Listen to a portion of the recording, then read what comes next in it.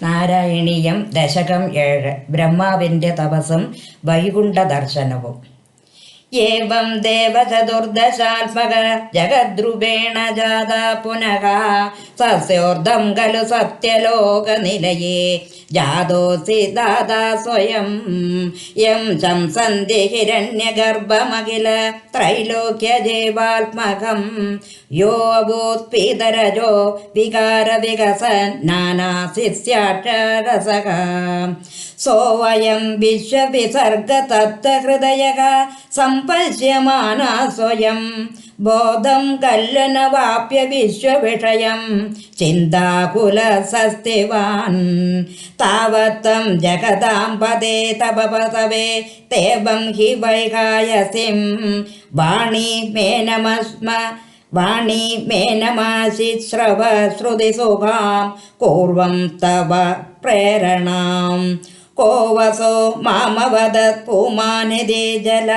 പൂർണേ ജഗന്മണ്ഡലേ ദിക്ഷു ദിക്ഷ്യ കിമപ്യനിഷ്ഠിതവദ വാക്യാത്യമുത്പശ്യത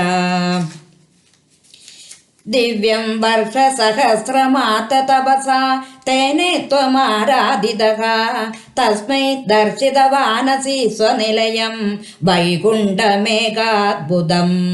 മായായത്ര കഥാഭിനോ വികരുതേ ബാധേ ജഗദ്ഭ്യോ ബഹിഃ ശോകക്രോധവിമോഹസാധസമുഖാഃ ഭാവാത്തു ദൂരം ഗതാഃ സാന്ദ്രാനന്ദധരീ ച യത്ര പരമ ജ്യോതി പ്രകാശാത്മകേ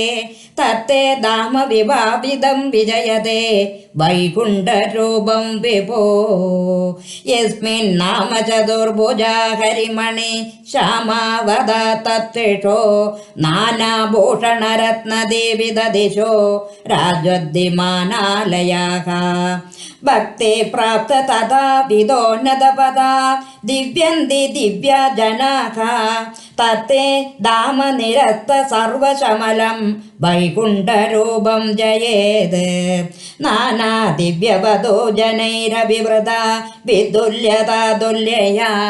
വിശ്വോന്മാദന ഹൃദ്യഗാത്രലതയാ വിദ്യോദിതാ ശാന്തരാ ത്വത്പാദാംബുജസൗരഭൈകകുതുകാത് ലക്ഷ്മീ സ്വയം ലക്ഷ്യതേ യസ്മിൻ വിസ്മയനീയ ദിവ്യവിഭവം തത്തേ പദം ദേഹി മേ തത്രൈവം പതിദർശിതേ നിജപദേ രത്നാസനാദാസിതം ഭാസത്കോടിലസത്കിരീടകടക ദാകൽപതി പ്രാകൃതി ശ്രീവത്സാംഗിതം ആതകസ്തുഭമണി ഛായാരുണം കാരണം വിശ്വേഷാം തവ രൂപമൈഷ്യതവിധിഃ തത്തേ വിഭോ ബാധു മേ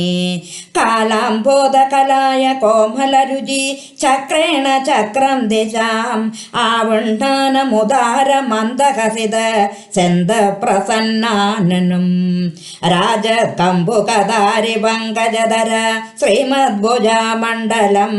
സ്പഷ്ടു സൃഷ്ടികരം വപുസ്തവ വിഭോ മദ്രോഹമുദ്ദാസയേത്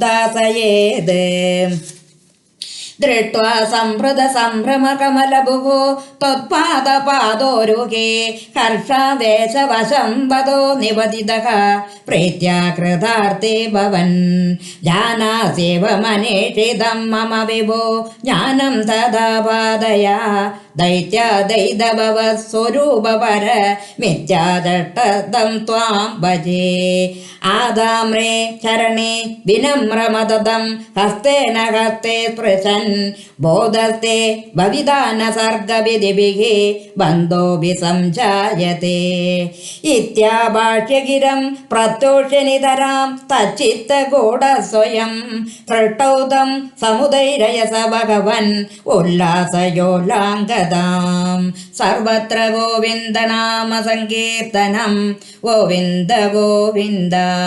നാരായണ അഖില ഗുരു ഭഗവൻ നമസ്തേ.